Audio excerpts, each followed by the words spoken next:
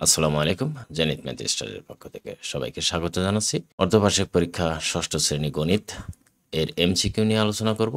এগুলো ইম্পর্টেন্ট দিকে বেছে আমি নিয়েছি আলোচনা করার জন্য। আশা করি সাথে থাকবা।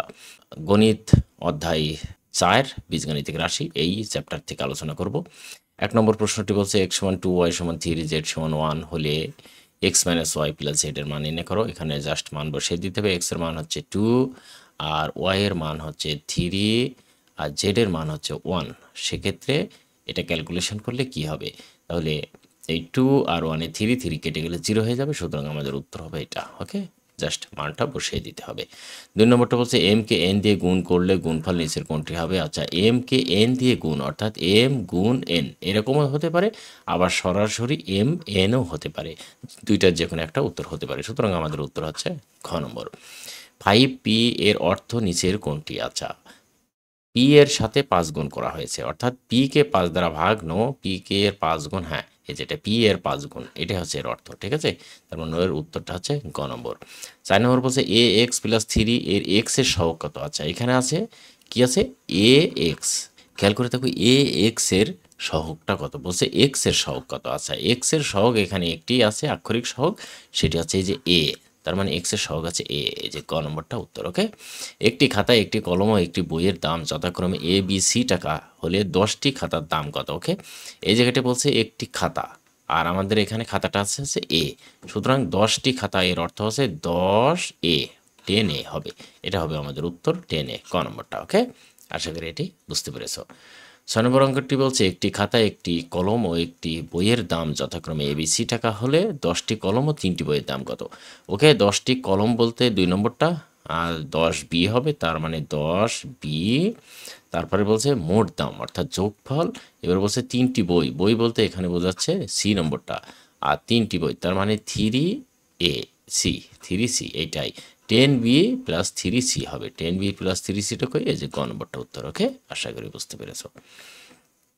7 নম্বর, x + 5x * b - 3y / c রাশিটিতে কয়টি পদ আছে? আচ্ছা, এই রাশিগুলোর ভাগ অথবা মনে রাখতে হবে যে এই পদগুলো খুঁজে বের করতে হলে আমাদের মনে রাখতে হবে যে যোগ দ্বারা নির্দিষ্ট করবে, অর্থাৎ যোগ এবং বিয়োগ দ্বারা নির্দিষ্ট করবে, অর্থাৎ যে কটা যোগ বিয়োগ আছে তার দুই পাশের সংখ্যাগুলোই হবে এক একটি পদ। সুতরাং এখানে একটি আছে, তার মানে একটা, আর এখানে হচ্ছে আরেকটি আছে এই জায়গাটাই, তার মানে এটা একটি এবং এটা একটি, অর্থাৎ এখানে পদ আছে 3টি, একটা, দুইটা এবং 3টা। আবারও বলি যে যোগ এবং বিয়োগ দ্বারা নির্দেশিত করা হয়, অর্থাৎ যোগের বাম পাশে ডান পাশে একটি পদ থাকবে। ওকে, তার মানে এখানে 3টি পদ আছে। বলছে কয়টি পদ আছে? এখানে 3টি পদ আছে। ওকে, এবার বলছে 5 এর 5 গুণ x এর 5 গুণ, অর্থাৎ 5x, হ্যাঁ, কি থেকে y এর 3 গুণ বিয়োগ করতে হবে, অর্থাৎ বিয়োগ দিয়ে y এর 3 গুণ বলতে 3y হবে। তার মানে উত্তর হবে 5x - 3y, ক নম্বরটা। ওকে, আশা করি এটি বুঝতে পেরেছ। 9 নম্বর, নিচের তথ্যগুলো লক্ষ্য করে। এটা হচ্ছে রাজুক উত্তরা মডেল কলেজের একটি অঙ্ক। সবগুলোই কিন্তু ইম্পর্টেন্ট অঙ্ক, আমি বেছে বেছে নিয়েই অঙ্কগুলো করছি। আচ্ছা, a⁴m গুণ a⁴n = am, হ্যাঁ এটা রাইট, এটা হচ্ছে একটি সূত্র, এটাই রাইট আছে। ওকে, এইবার pxy এর x এর আক্ষরিক সহগ py, হ্যাঁ রাইট, এটাও রাইট আছে, কেননা y এর সাথে বলছে x এর আক্ষরিক সহগ py, হ্যাঁ x এর আক্ষরিক সহগ বাকিগুলো যা থাকবে সেগুলো হচ্ছে আক্ষরিক সহগই হবে। ঠিক আছে, কিন্তু এখানে আরেকটি কথা আছে, y আছে, তার মানে y কে এখানে বলছে না যে সহ এই চলক, এখানে নির্দিষ্ট করে নাই। আমরা জানি y x y এগুলো হচ্ছে চলক হয় x y, তার মানে এখানে বলছে যে x এর আক্ষরিক সহগ, যেহেতু y ও একটি অক্ষর, সেক্ষেত্রে আমরা এটা চলক না ধরে সহগটাই ধরবো। ঠিক আছে, আর যদি বলতো যে এক্স ওয়াই সহগের এক্সের আক্ষরিক সহগ কত, তখন আমরা কিন্তু শুধু পিটা নিতাম। ওকে, এই বলছে চলক বিভিন্ন মান ধারণ করতে পারে, চলক বিভিন্ন মান ধারণ করতে পারে না। ওকে, এটা খরচ হবে, তার মানে আমাদের উত্তর হচ্ছে 1 এবং 2, এই যে গ নম্বরটা। ওকে, আশা করি বুঝতে পেরেছো। এবারে দেখো 10 নম্বর, -xyz রাশিটিতে xyz এর সহগ কত হবে? আচ্ছা খেয়াল করো, -xy এবং z এরকম দেওয়া আছে, সেক্ষেত্রে এইটুকু বাদ দিলে এর সাথে যে মাইনাস আছে না, এই মাইনাস হবে, শুধু শুধু তো মাইনাস লেখা যায় না, এই জন্য 1। ঠিক আছে, তার মানে আমাদের এখানে সহগটা হচ্ছে -1, এই যে ক নম্বরটা। এবারে 2x প্লাস 3y রাশিটিতে কয়টি পদ আছে? আচ্ছা, আমি বলেছি আগে যোগ এবং বিয়োগ দ্বারা নির্দিষ্ট করে কয়টি পদ আছে।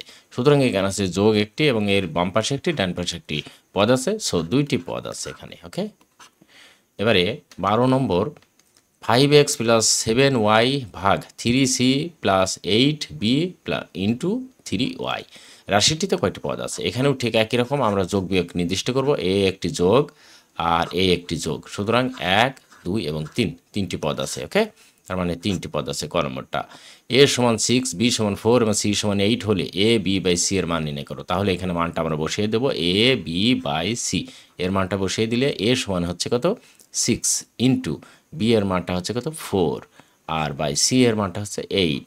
ওকে, তাহলে এটা দ্বারা এটাকে কাটলে হয় 2 এবং 2 দ্বারা এটাকে কাটলে হয় 3। সো আমাদের উত্তরটা হবে 3 খ নম্বর। ওকে, আশা করি বুঝতে পেরেছো।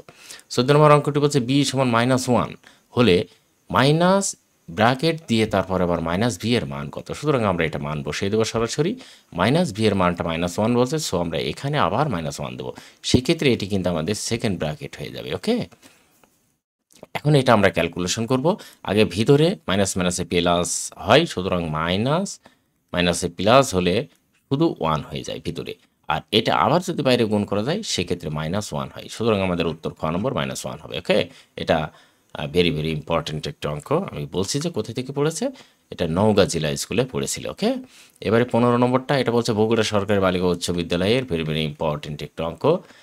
এ বি সি ডি প্রত্যেকটা গুণ আকারে আছে, এতগুলো আছে, বলছে এর সরল মান কত? এখন আমরা খেয়াল করব এ আছে কয়টা সেটা আমরা দেখব।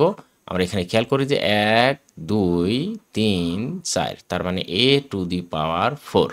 তারপরে বি 1 2 3 বি কিউব, এবারে সি 1 2 3 সি কিউব, তার মানে এটা হবে আমাদের উত্তর।